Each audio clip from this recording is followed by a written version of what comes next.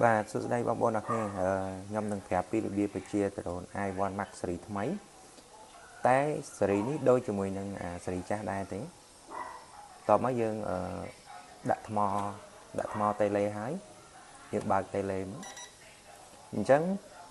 ខ្ញុំនឹងប្រាប់ពីមុខងារនៅក្នុងតេឡេនេះមួយខ្ញុំចាប់ផ្ដើមពីប៊ូតុងនេះប៊ូតុងនេះគឺប៊ូតុងសម្រាប់ចុចឲ្យវាហោះឡើងអូតូឲ្យដ្រូនហោះឡើងអូតូហើយនឹងចុចឲ្យវាចុះមកវិញអូតូសម្រាប់កន្លែងនេះសម្រាប់សេរីកាមេរ៉ាឡើងនេះសម្រាប់សេរីឡើងចុះសងខាងនេះ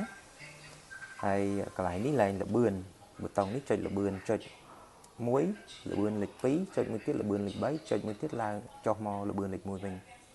ទៅមកប៊ូតុងនេះគេដាក់ថាប៊ូតុង return home ប៉ុន្តែដ្រូននេះអត់មានមុខងារ return home ទេអញ្ចឹងអត់ប្រើទេអានេះប៊ូតុងបើក sensor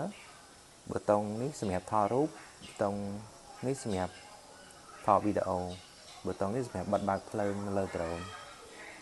ហើយកន្លែងនេះកន្លែងសម្រាប់ alert មានន័យថាយើងចង់ alert ក្លាប់ដ្រូនយើងអាចប្រើប៊ូតុងនេះហើយយើងទាញ joystick ក្លាប់បាន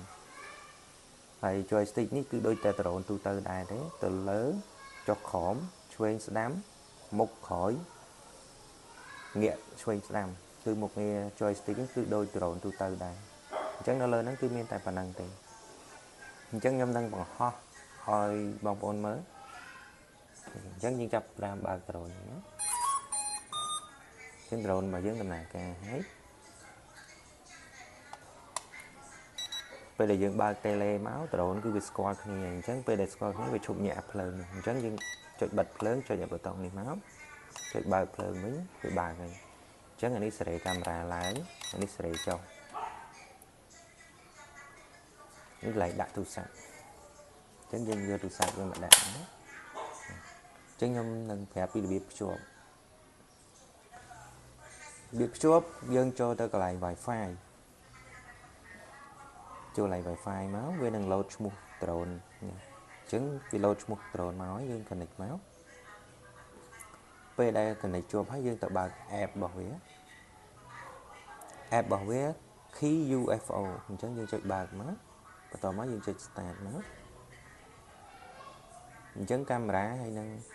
ទូរស័ព្ទរបស់យើងជាប់គ្នាអញ្ចឹងយើងនឹងបង្ហោះអញ្ចឹងដំបូងមុននឹងបង្ហោះយើង reset វាពីរដងសិនណា reset យើងទាញជួយ stick ចុះក្រោមមកខាងទាញទាំងសងខាងធ្វើអញ្ចឹងពីរដងមកដើម្បីឲ្យ motor drone របស់យើងហោះស្មើគ្នាល្អហោះនឹងអញ្ចឹងយើងបច្ឆេះយើងរុញទៅលើមួយមកយើងចុចឲ្យហោះឡើងអូតូ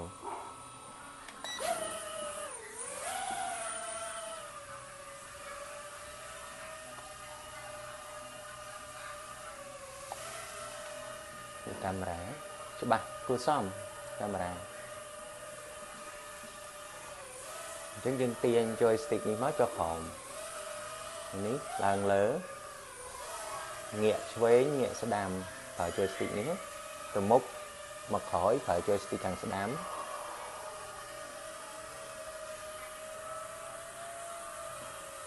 អញ្ចឹងយើងចុចឲ្យវាចុះមកវិញអូតូចឹង